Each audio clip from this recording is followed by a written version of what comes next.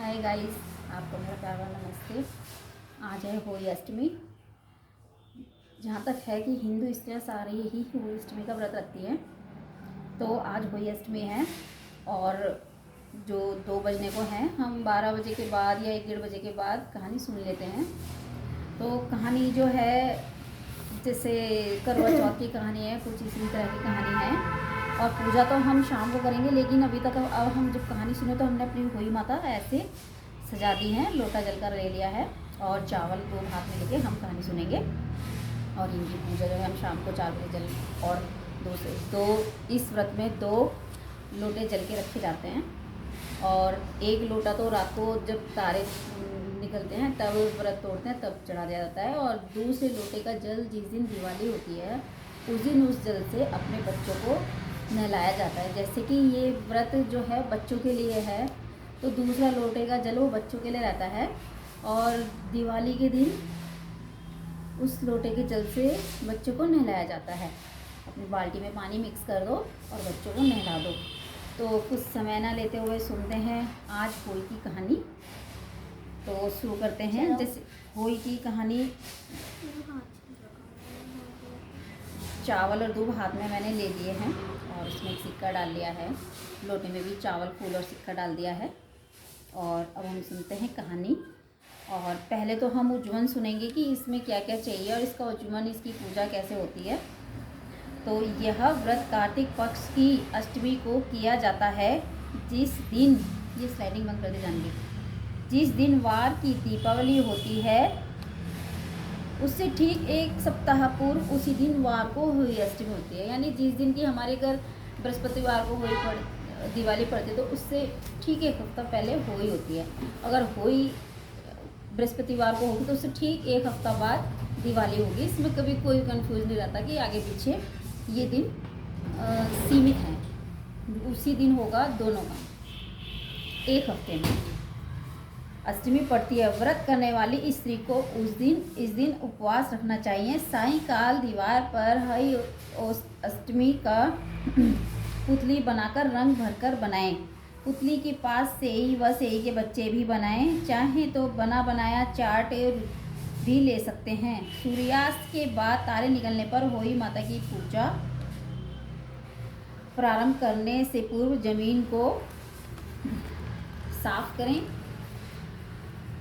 फिर चौक पूजकर एक लोटे में जल भरकर एक पटरे पर कलश की तरह रखकर पूजा करें। पूजा के लिए माताएं पहले से चांदी के होई या शाऊ के 2 मोती बनवाकर डोरी में डाल लेती हैं। तो मैंने भी आज अपने 2 मोती डाल लिए हैं चांदी के नए।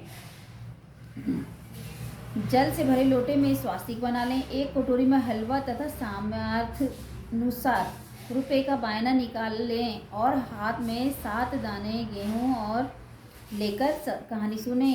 कथा सुनने के बाद होई शाऊ की माला गले में पहन लें और जो बायना था सासू जी का चरण स्पर्श करके उन्हें दे दें। इसके बाद चंद्रमा को अधैर्य देकर भोजन करें। दीपावली के पश्चात किसी शुभ दिन होई को गले से उतार कर उसका गुड़ से भोग लगाएं। जैसे कि अब इतना तो समय नहीं मिलता पहले, लेकिन कई दिन तक स्त्रियां जो हैं माला पहनती थीं और पहनने वाले आज भी पहनती हैं। और जिस दिन इसको रखती हैं तो गुड़ से इनका भोग लगाकर रख देते हैं और जल इनको अर्पित करते हैं। पूरे 1 साल के लिए इनको भोग लगाकर रख देते हैं।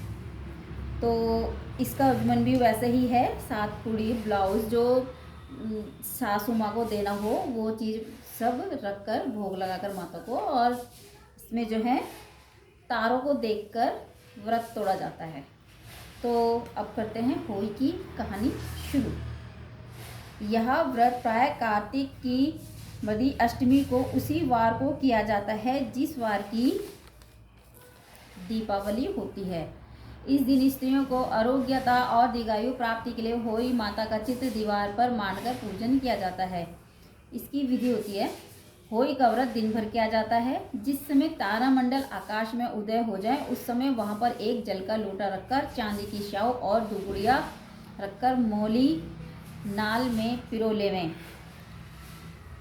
तत्पश्चात रोली चावल से हुई माता के सहित स्याहू माता को अर्चें और सीरा आदि का भोग लगाकर कहानी सुने। इसमें जो बच्चों को रहता है, इसमें जो है कोई भी बना सकते हैं, जरूरी नहीं है, जिसकी जो जो इच्छा है अपने व्रतानुसार बनाकर सब माता को भोग लगाते हैं। कथा। एक नगर में एक साहूकार रहता था, उसके 7 लड़के थे। एक दिन उसकी स्त्री खदान में मिट्टी खोदने के लिए गई और ज्यों ही उसने कुदाली मारी त्यों ही सेही के बच्चे कुदाल की चोट से सदा के लिए सो गए। इसके बाद उसने कुदाल को स्याहू के खून से सना देखा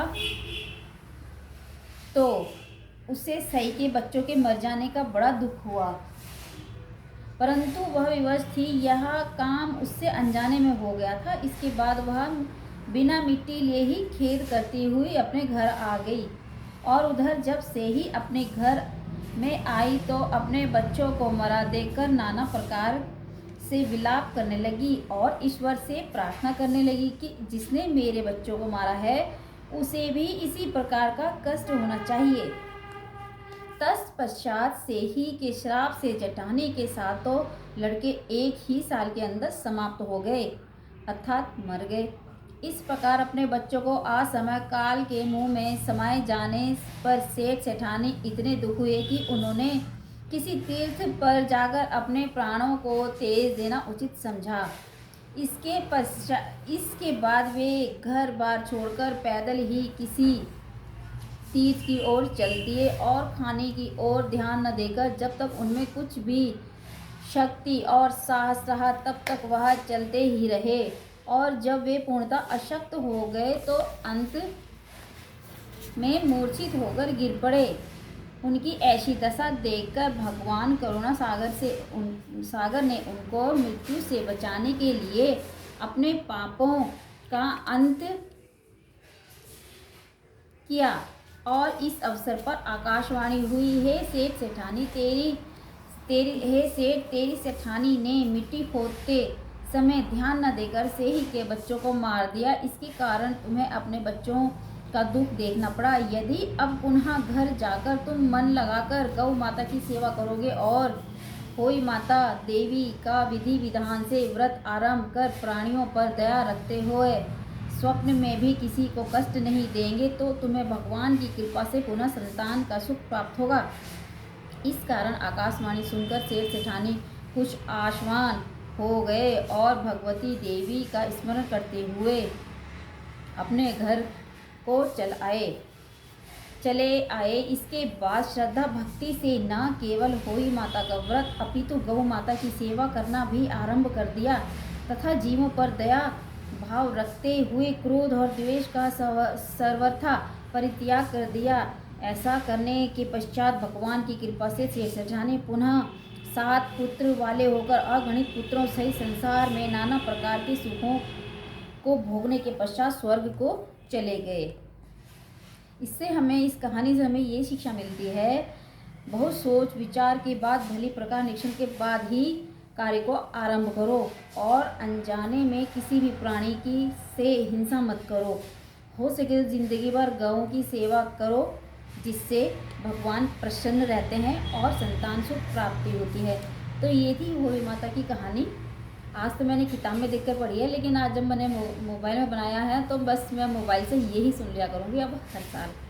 तो आपको कहानी कैसी लगी आप मुझे लाइक और कमेंट्स करके बताएं।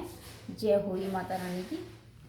भगवान माता रानी आपके घर में भी सुख शांति प्रदान करें।